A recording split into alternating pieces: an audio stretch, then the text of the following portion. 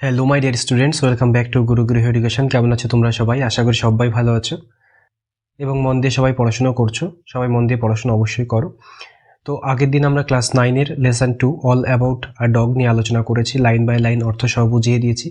আজকে আমরা এর এক্সারসাইজ 1, 2 এবং 3 নিয়ে আলোচনা করব। কিন্তু সবচেয়ে মজার ব্যাপার হলো এক্সারসাইজ 1 এবং 2 যেভাবে আমি দেখিয়ে দেবো একদম প্যাসেজ থেকে, যে লাইনগুলো থেকে তোমরা উত্তর লিখবে সেই লাইনগুলো সহ আমি উত্তরগুলো লিখে দেওয়ার চেষ্টা করব।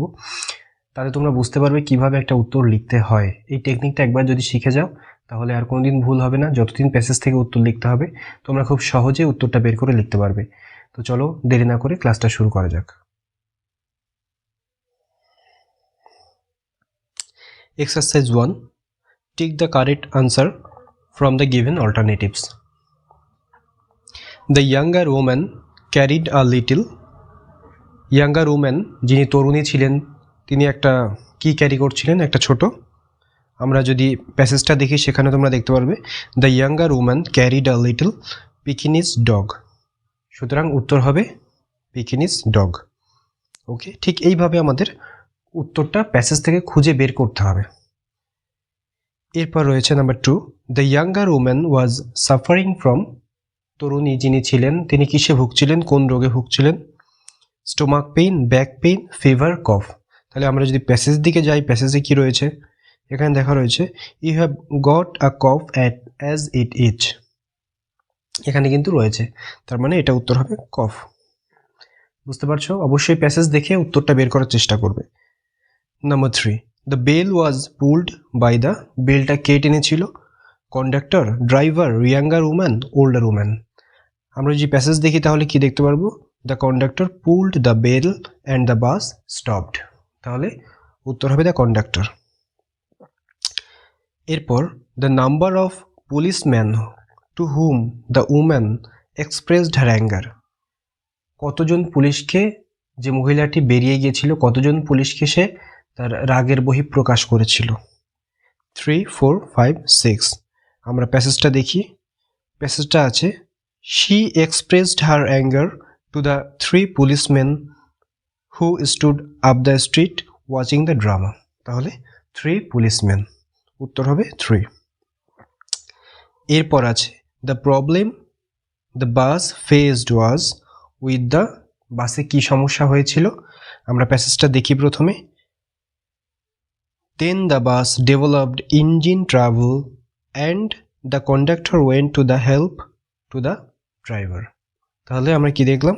অ্যান ইঞ্জিন ট্রাভেল, ইঞ্জিনের সমস্যা হয়েছিল। ওকে, তো এত খুব সহজভাবে তোমরা দেখলে একদম প্যাসেজ থেকে কিভাবে উত্তরটাকে একদম খুঁজে বের করে নিয়ে আসতে হবে। এরপর আমাদের exercise 2, answer the following questions within 15 word. 15 শব্দে উত্তর দিতে হবে, মানে short question answer. How many people got into the bus with the younger woman. তরুণীটির সঙ্গে কজন মানুষ বাসে ঢোকে, বাসে প্রবেশ করে, বাসে ওঠে? আমরা যদি প্যাসেজটা দেখি সেখানে কি আছে? The bus stopped and 2 women and a man got in together. তাহলে 2 উমেন অ্যান্ড আ ম্যান। তাহলে আমাদের এখানে একটা ট্রিক আছে যে 2 উমেন যে বলা হয়েছে তার মধ্যে একজন হচ্ছে ওই তরুণী। তাহলে একজন তরুণীর সঙ্গে কজন লোক ছিলেন? একজন মহিলা এবং একজন পুরুষ।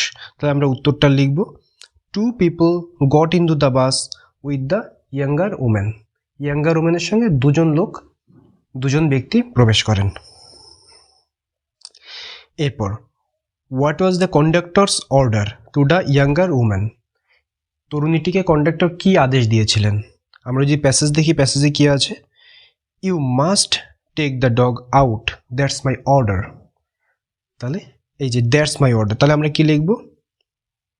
আমরা লিখব হচ্ছে the conductor order the younger woman to take the dog out, বা to take the dog on the top floor of the bus. যে কোনো একটা উত্তর তোমরা লিখতে পারো, যে কোনো একটা উত্তর লিখলেই হবে। ওকে, এরপর why did the conductor stand ট্রাম্ফ্যান্ট।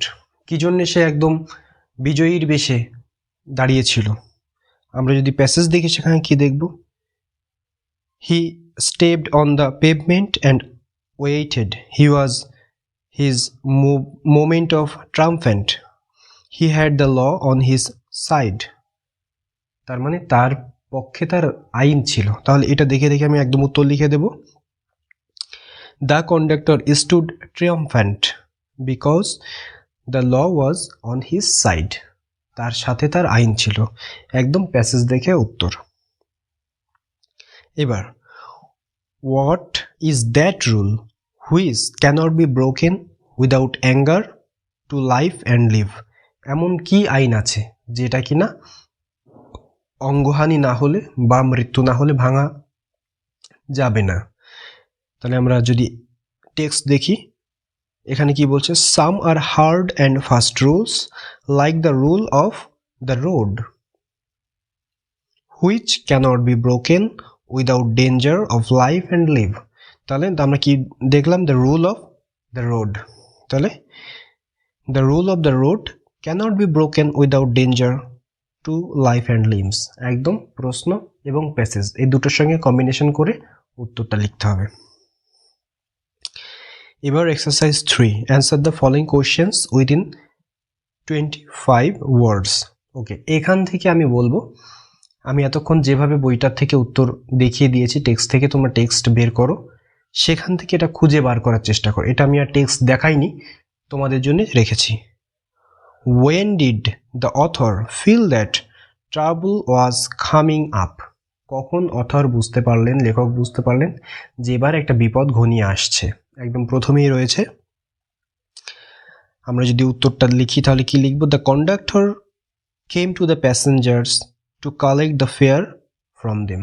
Conductor প্যাসেঞ্জারদের কাছে এলেন তাদের ভাড়া সংগ্রহের জন্য। But as soon as his attention, কিন্তু যখনই তার চোখটা was drawn to the Pekingese dog, ওই পিকিনিজ ডগটার উপর গিয়ে পড়ল, the author felt that trouble was coming up. Author বুঝতে পারলেন এইবার কিছু একটা বিপদ আসতে চলেছে। Number 2, mention 2 demands made by the passengers when the bus stopped. যখন বাসটা থেমেছিল তখন প্যাসেঞ্জাররা দুটো ডিমান্ড করেছিল, দুটো দাবি করেছিল। কি মনে করার চেষ্টা করো বা বই থেকে বের করার চেষ্টা করো। 1 নম্বর কি আছে?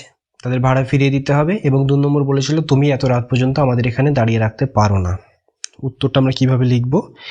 The passengers demanded that their fare must be returned. তাদের ভাড়া অবশ্যই ফিরিয়ে দিতে হবে। And also that he can't leave them here all night. তিনি এইভাবে তাদের সারা রাত এখানে ফেলে রাখতে পারেন না। এই দুটো তাদের ডিমান্ড ছিল। Number 3, how are rules of guidance to be observed? Rule এবং গাইডেন্স কিভাবে অবজার্ভ করতে হবে, কিভাবে সংরক্ষণ করতে হবে? তাহলে এগুলো আমরা লাস্টে একদম পাবো প্যাসেজের। Rules of guidance are to be observed, নিয়ম এবং যে নীতিগুলো আছে সেগুলো আমরা কিভাবে পালন করব? In spirit not in the letter, for the benefit of the people for whom they are meant. যেগুলো তাদের জন্যে বানানো হয়েছে, আচ্ছা যাদের জন্য মানে যে যাত্রীদের জন্য বানানো হয়েছে, সেই যাত্রীদের সুবিধার কথা ভেবে, শুধুমাত্র অক্ষরে অক্ষরে সেটা পালন নয়, সেটাকে বিবেক দিয়ে অনুধাবন করে বুদ্ধি দিয়ে সেটাকে আমাদের পালন করতে হবে। সেভাবে আমাদের রুলগুলো পালন করতে হবে। এই ছিল আজকের এক্সারসাইজ 1, 2 এবং 3। তাহলে এই অবধি আজকে। পরবর্তী দিন আমরা গ্রামাটিক্যাল যে ক্লাসটা রয়েছে, অর্থাৎ ভয়েস চেঞ্জ রয়েছে এবং রাইট ফর্ম অফ ভার্ব রয়েছে, সেটা নিয়ে আলোচনা করব। আজকের ক্লাসটি কেমন লাগলো অবশ্যই জানাবে। কোনো কোশ্চেন থাকলে অবশ্যই কমেন্ট বক্সে লিখবে। আর চ্যানেলটা সাবস্ক্রাইব না করলে অবশ্যই চ্যানেলটা সাবস্ক্রাইব করে দিও, বেল আইকন প্রেস করে বন্ধুদের মাঝে শেয়ার করে দিও। সবাই ভালো থেকো, সুস্থ থেকো এবং বুঝে পড়াশুনো করো। বারবার একটাই কথা আমার, বুঝে পড়াশুনো করো, ভালো থেকো।